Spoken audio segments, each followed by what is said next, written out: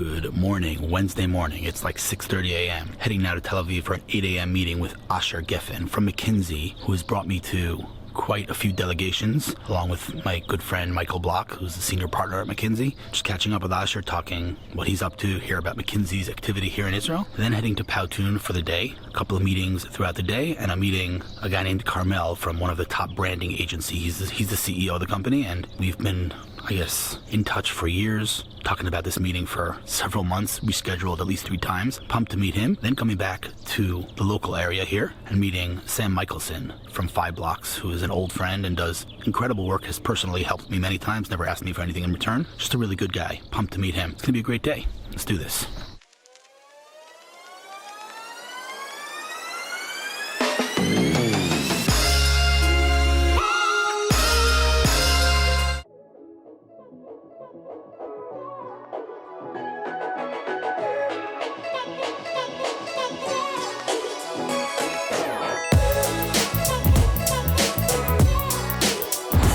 .30 a.m. parking. I love coming early and having the parking lot at Serona totally empty. 8 o'clock first meeting. I have to write an Inc. article before that, and I already had a call with Camp Moshava, where I'm going for the summer with my whole family, giving a 2-week course on Israeli tech. So I had a 7 a.m. call with them about that. It's going to be a productive day. Very excited about that.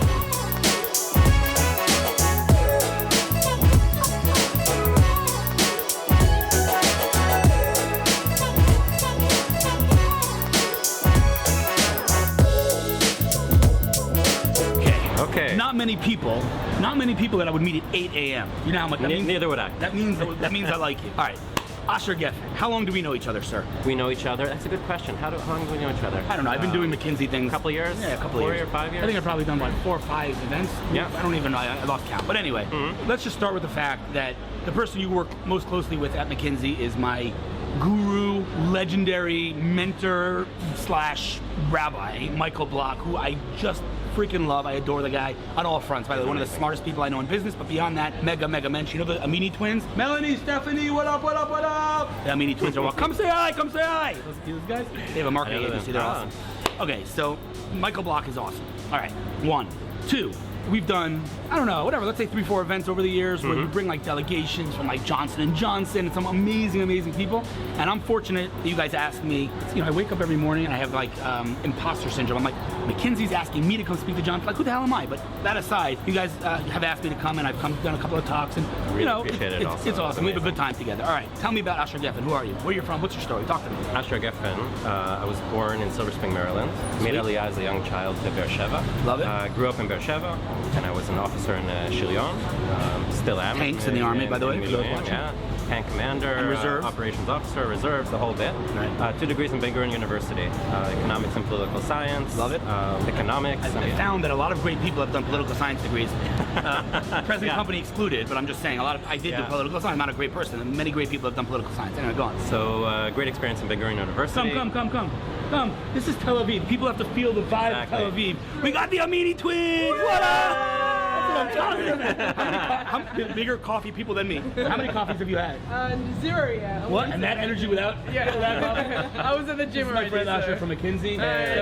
Stephanie and Melanie, I don't know which one's which. Nice to meet you. Stephanie and Melanie, I don't know which one's which. But big marketers. What's your website? Gossipmedia.co. You plug yourself. We love it. Awesome guys. All right. We're now to get out of here. We're finished this interview. You guys have coffee. I'll come bounce later on. Love those guys. I worked for Intel for a couple of years, and then for the past 5 years at McKinsey. Let me ask you a question. Sure. McKinsey is a name that everyone knows. Who hasn't heard of McKinsey? But I promise you that 90% of the people watching this right now do not know what McKinsey does. Tell me give me the elevator pitch of McKinsey. What is McKinsey? McKinsey & Co., right? That's what it's called? McKinsey & Company. Yeah, what is it? McKinsey & Company is a management consultancy that basically helps companies succeed, grow, bring impact. Help companies succeed, it's great. How big is McKinsey? McKinsey is about tens of thousands, 30,000 employees around the world. Some of your clients, just throw out some names off the top of your head. Fortune 500 companies. Everyone, like Coca-Cola. You name it. Coca-Cola, can I just make that up? Yeah. Coca-Cola client that you know of? You're not allowed to talk about it? I can't disclose. We're not allowed to talk about that, but every big company in the world uses McKinsey. They're massive. Okay. And so, like, give me a little bit about your like day-to-day. Like, what do you do? What does Asher do at McKinsey for the past 5 years? At McKinsey, I help our clients around the world connect, and help solve their problems and seize their opportunities by working with Israeli-based technologies and startups. Love it. I love it. Dude, you having a good time? It's an amazing time. I mean, amazing time. Listen, man, I said to you before, I don't have many things on my bucket list. One of them, though, is to work with the great Michael Block. And I'm going to say something right now. Quiet, I'm interviewing. I'm going to say something right now, which Michael might be angry at me for saying afterwards. I'm not going to disclose information. I'm just going to say one thing. Over the years that I've known Michael, you know where I met him? You know what? You never? I know, in Eilat. In Eilat, you know where? No. The Hilton, Queen of Sheba. As I got out of the elevator, and it's a funny story. The Queen of Sheba reached out to me on Twitter, like, "Hey, come for a holiday with your whole family." I'm like, "Me?" They're like, "Yeah, we follow you to work." So I came to the Hilton. I'm getting out of an elevator. Here I am, some simple dude walking amongst the Hilton people, and this guy walks over to me. He's like, "You're Hillel Fuld, right? I follow you on Twitter." I'm like, "Who is this guy?" I had no idea, right? We became friendly, and then I realized who Michael Block is, senior partner at McKinsey, and we've become really, really good friends since then. And I'm going to say something without disclosing information because Michael will kill me. Over the years that I've known Michael, not once and not twice, he's done things that are outrageously menschlich, just a good person for people.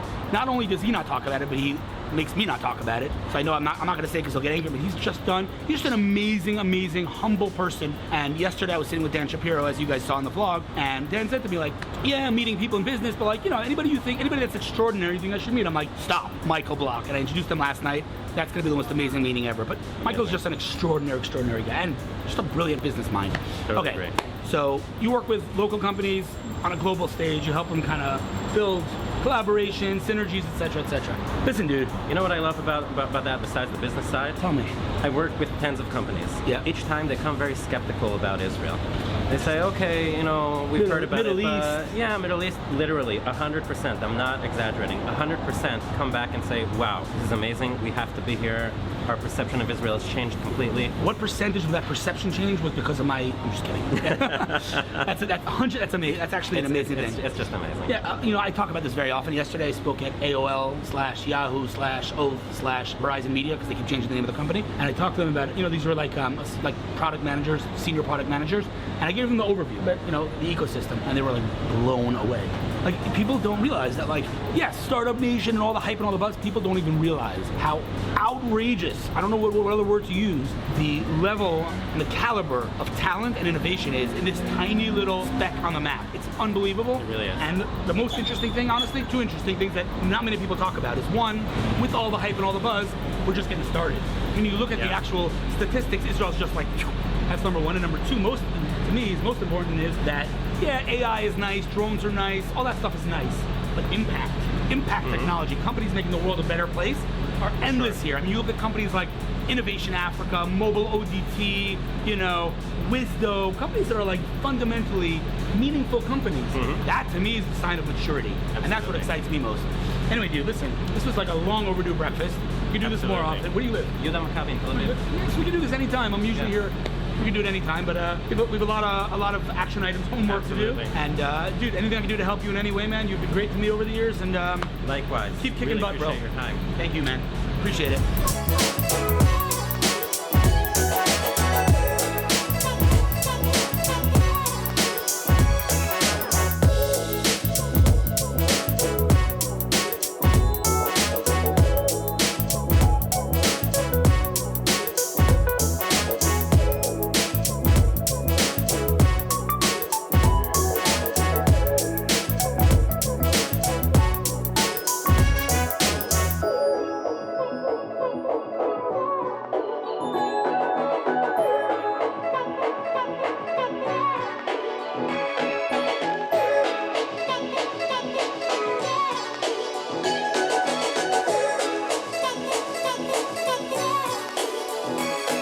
Founder of Memphis Burger, Ori Melamed. Ori, say hello. Our burgers. Yeah, hi. Ori Melamed. Yeah, Let's see, Queen. Love Memphis Burger, baby. How was the burger, dude? Oh my god, that burger was like a steak in a patty. The man himself. Yes. Every employee in Memphis Burger has to sign an NDA. Is that true? True.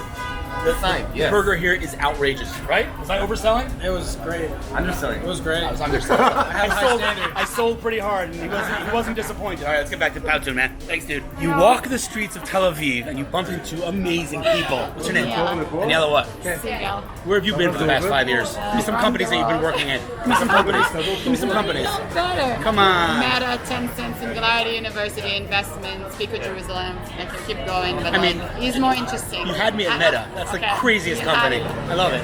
Yeah, Cup of Meta coffee. reality. It's been way too long. Definitely. Cup of coffee soon, but I appreciate the firgun, as we say. Totally figure. No word in English, and it is the best business model to be with Fargan. You gotta run to a Dana meeting. really just wrote a book about it, of how compliment is the best currency to make people stay at companies. So you should read Amen. it and like. Hey man, we're gonna do it. coffee soon, alright? Sure, bye. Good to see you.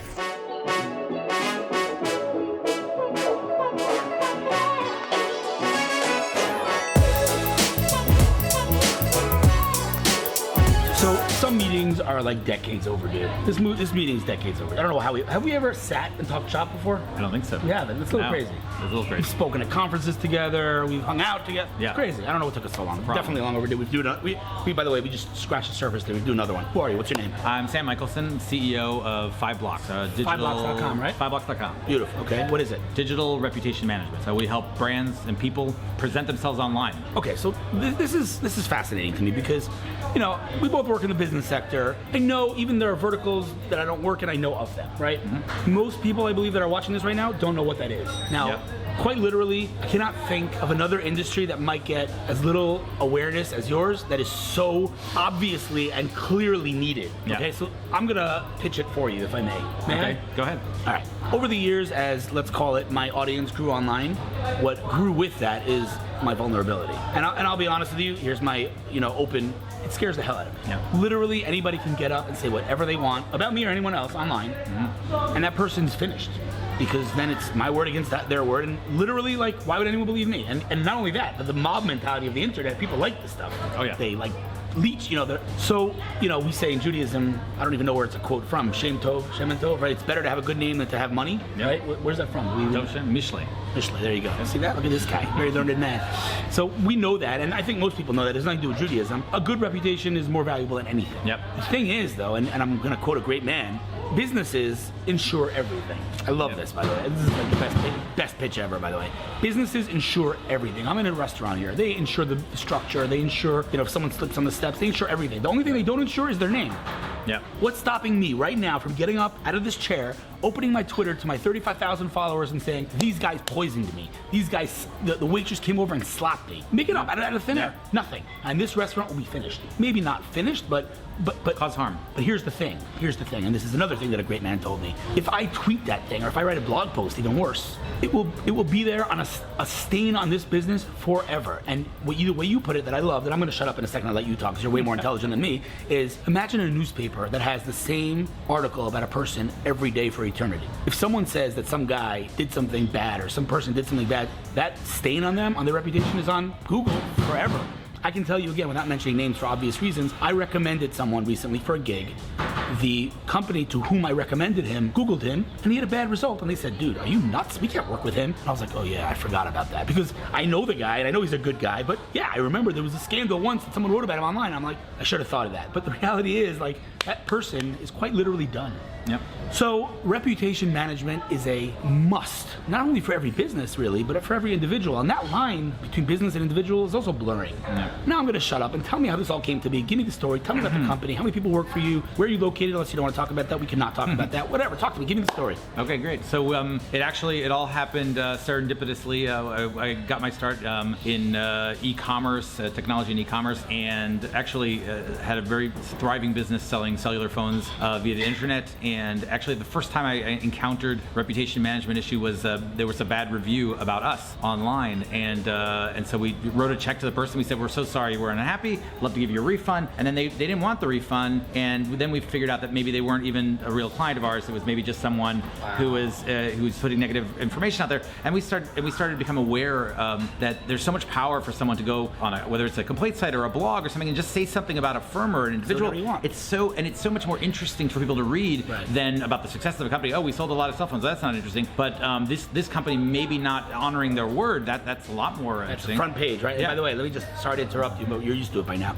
I also encountered this. And I guess I'm a positive, optimistic guy. As a result of all the people that have impersonated me online, all the platforms have verified me. Twitter, Facebook, Google, everybody have a little check mark because everybody's trying to impersonate me. I take it as a compliment, but whoever said, by the way, I always like whoever said imitation is the greatest source of flattery has never been copied. Yeah, it's not honestly, so fun. I could show you blog posts. Literally, I'm not even joking. I get Google alerts and so on. I have websites that literally take my writing, just plagiarize the whole thing, word for word, like the entire article. And you know what? Yeah, okay, flattery.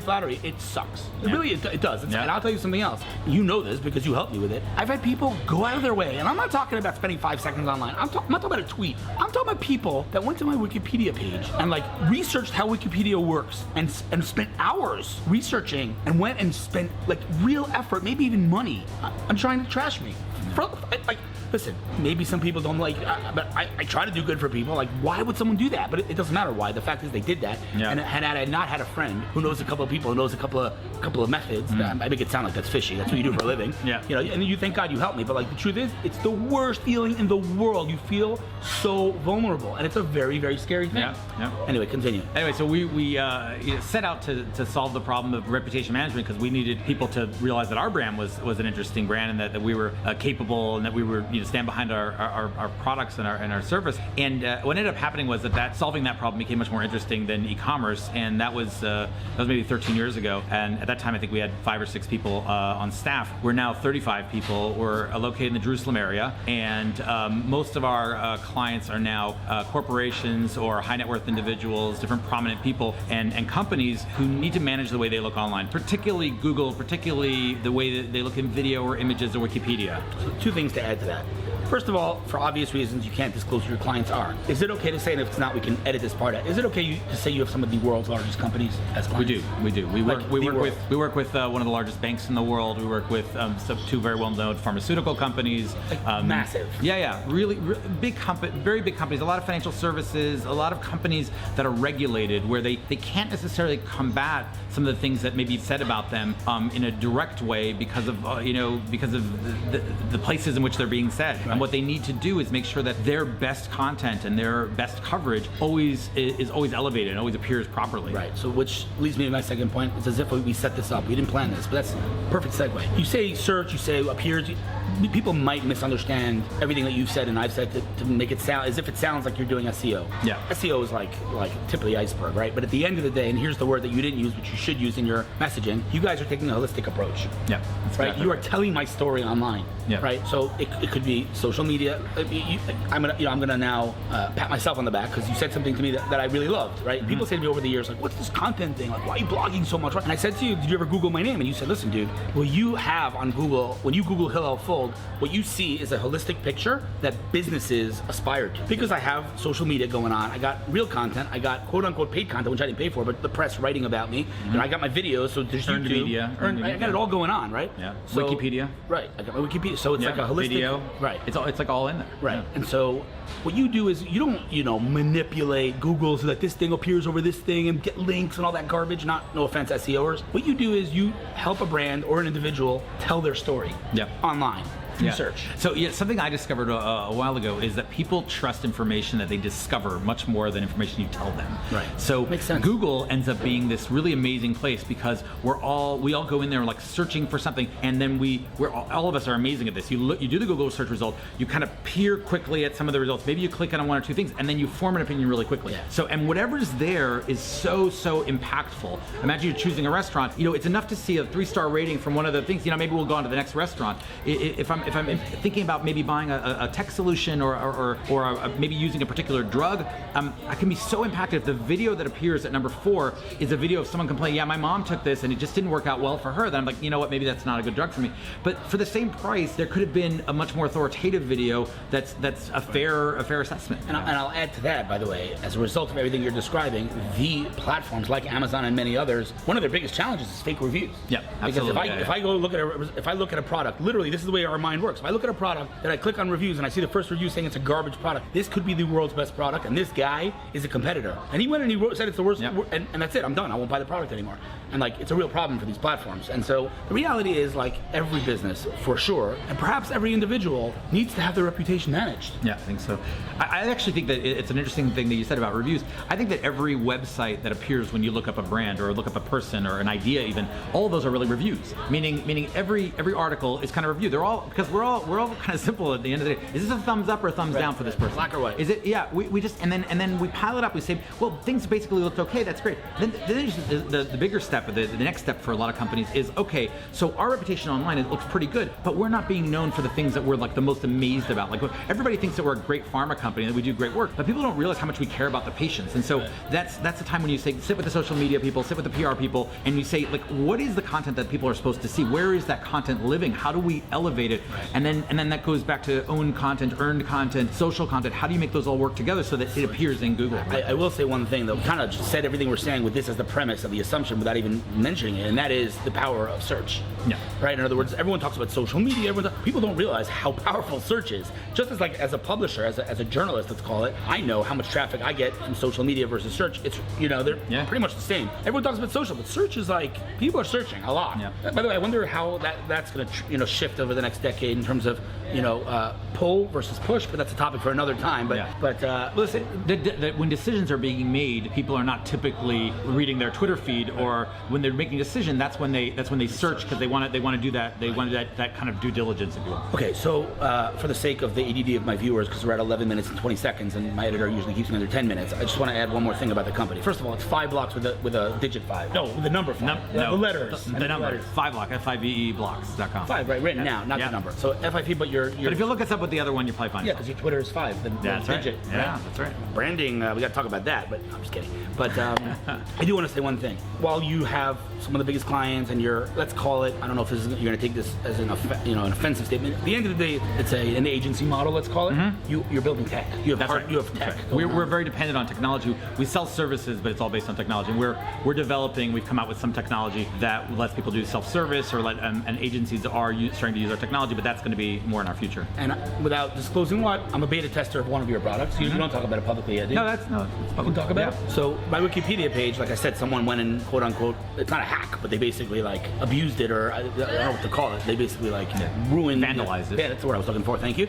You're like a married couple. And so you have an ongoing monitoring solution for Wikipedia pages where I can get a notification every time someone edits my Wikipedia. It tells me who did it, when they did it, what the edit is, and I get it in my inbox in a split second. That's called Wiki Alert. Wiki Alert. Is it available for people? It's available. Yeah. It's in beta right now. Everyone can sign up for it. It's free right now. Online, wikialert.com or wikialerts.5blocks.com. Wikialerts.5blocks.com, and it's again FIVE, not the digit. Correct. Dude, this is really, really incredible. I knew you were big. I knew you were successful. You don't want to talk about how big this company is in terms of revenue or anything like that. That's more confidential, right?